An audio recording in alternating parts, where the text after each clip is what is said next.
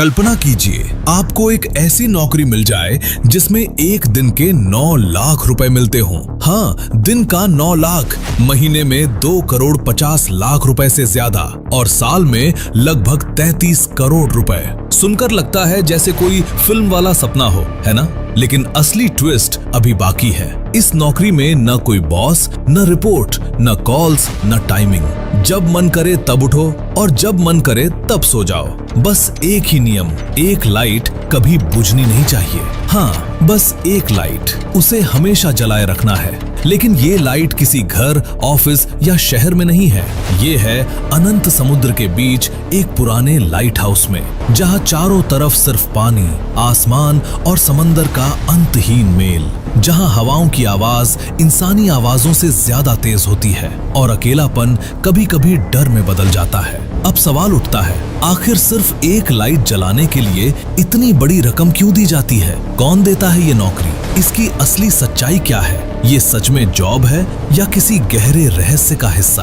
दोस्तों, जवाब मिलेगा, लेकिन धीरे धीरे। इसलिए वीडियो के आखिर तक बने रहिए, क्योंकि असली कहानी अभी शुरू हुई है। जरा सोचो, ये नौकरी कितनी आसान लगती है। न कोई बॉस, न कोई डेडलाइन, जब चाहे उठो, जब चाहे सो जाओ। काम का कोई दबाव नहीं, न फोन कॉल्स, न मीटिंग। बस एक काम, ऊपर लगी लाइट कभी बंद नहीं होनी चाहिए, क्योंकि वो सिर्फ एक लाइट नहीं, समंदर में भटकते जहाजों की आखिरी उम्मीद है। अगर वो बुझ गई तो अंधेरे में जहाज सीधे चट्टानों से टकराएंगे और सैकड़ों जिंदगियां खत्म हो जाएंगी। और इस जिम्मेदारी के बदले साल के 33 करोड़ रुपए, मतलब हर महीने 2 करोड़ से भी ज्यादा। सुनकर लगता है यार, इससे आसान पैसा तो दुनिया में नहीं। लेकिन यहीं से सच अपना असली रूप दिखाता है, क्योंकि ये लाइट हाउस किसी बीच पर नहीं, किसी शहर के किनारे नहीं, ये खड़ा है समंदर के बिल्कुल बीच में। चारों तरफ बस पानी, जहाँ न इंसान मिलता है,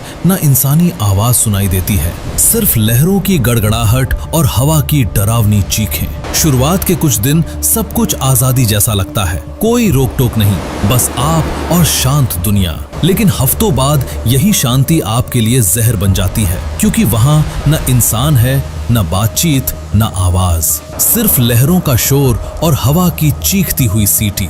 धीरे धीरे ये तन्हाई आपका दिमाग चीरने लगती है। लेकिन ये तो सिर्फ शुरुआत है। असल डर तब पैदा होता है जब मौसम अपना मूड बदलता है, क्योंकि ये जगह तूफानों का अड्डा कहलाती है। ऐसे तूफान जिनकी लहरें 10 मीटर नहीं, बल्कि इमारत की ऊंचाई तक उठ जाती हैं। सोच कर देखो, बाहर समंदर में लहरें नहीं, बल्कि समंदर खुद तुम्हें निगलने के लिए तुम्हारी ओर दौड़ रहा है। हर एक लहर की टक्कर ऐसी सुनाई देती है जैसे कोई दानव लोहे के दरवाजे पर मुक्का मार रहा हो। और उस पल आपका दिमाग एक ही सवाल करता है, क्या अगली लहर मेरी आखिरी होगी? इतिहास गवाह है, कई लोग इस लाइट हाउस में आए लेकिन वापस कभी नहीं गए। तूफान आया, रास्ते बंद हुए, मदद पहुंच नहीं पाई, दिन हफ्तों में बदल गए और फिर उन लोगों का नाम तक जिंदा नहीं रहा, जैसे वो कभी थे ही नहीं। अब सोचो, जो नौकरी सुनने में इतनी आसान लगती है, असल में वो खतरा है। एक ऐसा सौदा जहां पैसा बहुत है लेकिन कीमत शायद जिंदगी हो। तो सवाल ये है, क्या 33 करोड़ रुपए इस डर से लड़ने के लिए काफी हैं? या ये नौकरी एक सोने की कैद है जहां से बाहर निकलने का सिर्फ एक ही रास्ता है, मौत? और अगर ये सब सुनने के बाद भी आपके दिमाग में ये जुनून है कि भाई मैं तो ये नौकरी कर ही लूंगा, तो जरा थम जाओ, क्योंकि अभी आपने सिर्फ डर सुना है, कहानी नहीं।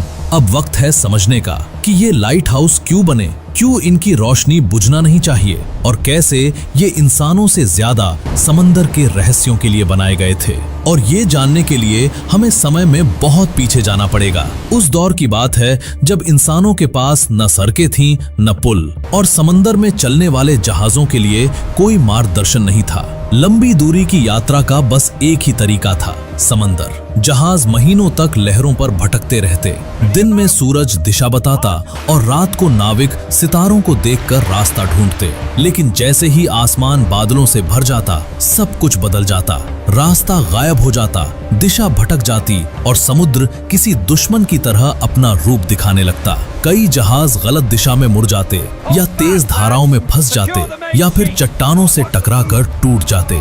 उन हादसों में न सिर्फ जहाज डूबे, बल्कि कई लोगों लोगों की जिंदगियां भी समंदर में दफन हो गईं। कहानी की शुरुआत होती है एक नाविक से, कैप्टन मॉर्सिस। रात का समय था, चारों तरफ घना अंधेरा और उसकी लकड़ी की नाव तेज लहरों से लड़ते हुए आगे बढ़ रही थी। पानी के नीचे विशाल चट्टानें छुपी थीं, ऐसी चट्टानें जो दिखाई नहीं दे रही थी। और फिर वही हुआ जिसका डर था। नाव एक भयंकर चट्टान से टकरा गई। लहरों ने उसे जैसे खिलौने की तरह उछाल दिया और कुछ ही मिनटों में पूरा जहाज समंदर के शिकंजे में गुम हो गया। लेकिन चमत्कार ये था, कैप्टन मॉर्सिस बच गया। उस हादसे ने उसे हिलाकर रख दिया।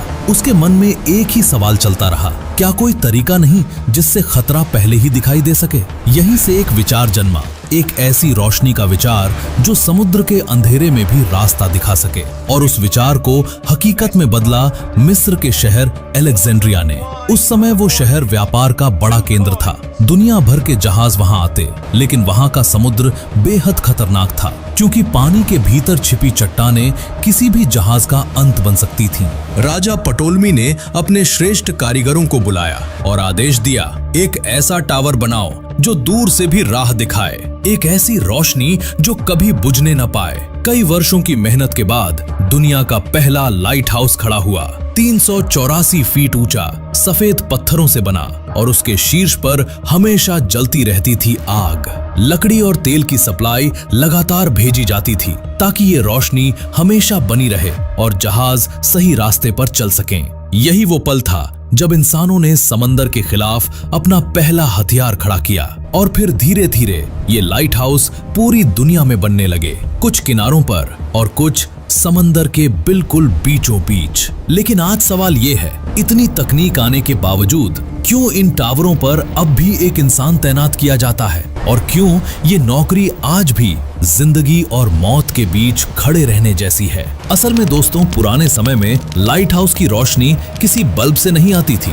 उस दौर में उसके शीर्ष पर आग जलाई जाती थी, बड़ी, तेज और दूर से दिखाई देने वाली आग। उस आग को जलाए रखने के लिए लकड़ी और तेल लगातार पहुंचाना पड़ता था। फिर वक्त बदला, लैंप और मोमबत्तियों का दौर आया, जहां रोशनी थोड़ी स्थिर हुई लेकिन सीमित थी। और उसके बाद आया बिजली का युग, जब बड़े शक्तिशाली बल्ब लगाए गए जो मीलों दूर तक रास्ता दिखा सकते थे। लेकिन एक चीज आज तक नहीं बदली, इन लाइट हाउस की रोशनी कभी बुझनी नहीं चाहिए, क्योंकि अगर ये रोशनी बंद हुई तो समंदर में चल रहे जहाज अंधे हो जाएंगे और समुद्र में एक छोटी गलती का मतलब होता है सैकड़ों जिंदगियों का अंत। इसीलिए चाहे तकनीक कितनी भी आगे बढ़ जाए, इन टावरों पर अब भी इंसान की मौजूदगी जरूरी है, क्योंकि मशीन काम करना बंद कर सकती है, बल्ब फ्यूज हो सकता है, तूफान सिस्टम तोड़ सकता है और ऐसे समय में सिर्फ वहां मौजूद इंसान ही इस रोशनी को बचा सकता है। लेकिन अब सोचो, उस इंसान की हालत क्या होती होगी? चारों तरफ बस पानी, ऊपर गरजता हुआ आसमान और आप एक सुनसान ठंडे टावर में अकेले।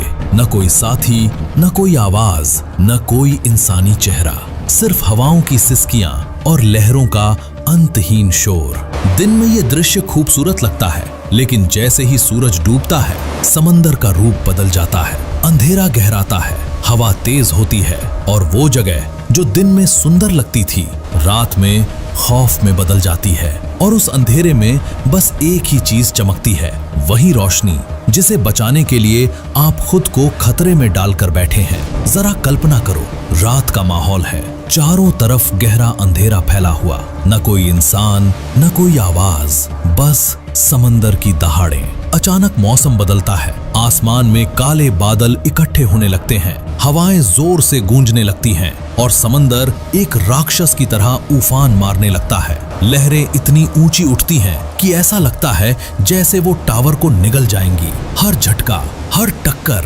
ऐसा महसूस कराती है जैसे ये टावर अभी इसी पल ढह जाएगा। और उस वक्त आपके दिमाग में बस एक ही सवाल घूमता है, क्या ये रात मेरी जिंदगी की आखिरी रात है? इतिहास ने ऐसे कितने लोगों को देखा है जो लाइट हाउस में अकेले फंस गए और कभी भी वापस घर नहीं लौटे, क्योंकि यहाँ से भागने का कोई रास्ता नहीं होता, न नाव, न मदद, न उम्मीद। दूर से देखने पर यह नौकरी शांति, अकेलापन और रोमांस लगती है, लेकिन हकीकत ये है कि ये नौकरी हर रात मौत का सामना करने जैसा है। अब सवाल ये है, आखिर कौन देता है इतना पैसा? क्यों सरकारें इन लाइट हाउस को चालू रखने के लिए करोड़ों खर्च करती हैं? क्या सिर्फ जहाजों की सुरक्षा के लिए, या इसके पीछे कोई रहस्य छुपा है? असल में ये टावर किसी प्राइवेट कंपनी के नहीं होते। इन्हें सरकारें, नेवी और कोस्ट गार्ड जैसी संस्थाएं नियंत्रित करती हैं, क्योंकि ये रोशनी सिर्फ एक बल्ब नहीं है, ये समंदर में चल रही सैकड़ों जिंदगियों की उम्मीद है।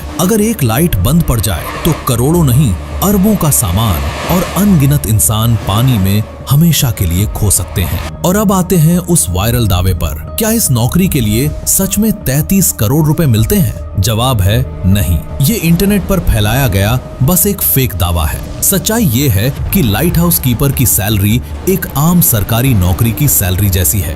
भारत में इस नौकरी की सैलरी आमतौर पर 30,000 से 50,000 रुपए महीना होती है। कुछ देशों में ये 1 लाख से 1.5 लाख तक भी जा सकती है। जी हाँ, जिन लाइट हाउस का लोकेशन बेहद खतरनाक होता है, वहाँ थोड़ा ज्यादा पेमेंट मिलता है, लेकिन करोड़ों रुपए वो तो सिर्फ इंटरनेट पर फैलाया गया झूठ है। फिर भी ये काम आसान बिल्कुल नहीं है। तन्हाई, खामोशी, उफान मारते तूफान, ये सब इस नौकरी का हिस्सा है। और तकनीक के इस दौर में भी इंसान का होना जरूरी है, क्योंकि मशीनें फेल हो सकती हैं, बल्ब फ्यूज हो सकता है और तूफान में सिस्टम बिगड़ सकता है। अगर रोशनी बुझ गई तो नतीजे जानलेवा हो सकते हैं। तो अब सवाल आपसे है, क्या आप वो इंसान बनना चाहेंगे जो समंदर के बीच खड़े होकर हर तूफान का सामना करे और सिर्फ एक लाइट जलाकर दुनिया को बचाए रखे? अगर आपका जवाब हाँ है तो याद रखिए, यहाँ करोड़ों रुपए नहीं, लेकिन हिम्मत की कीमत आज भी पैसों से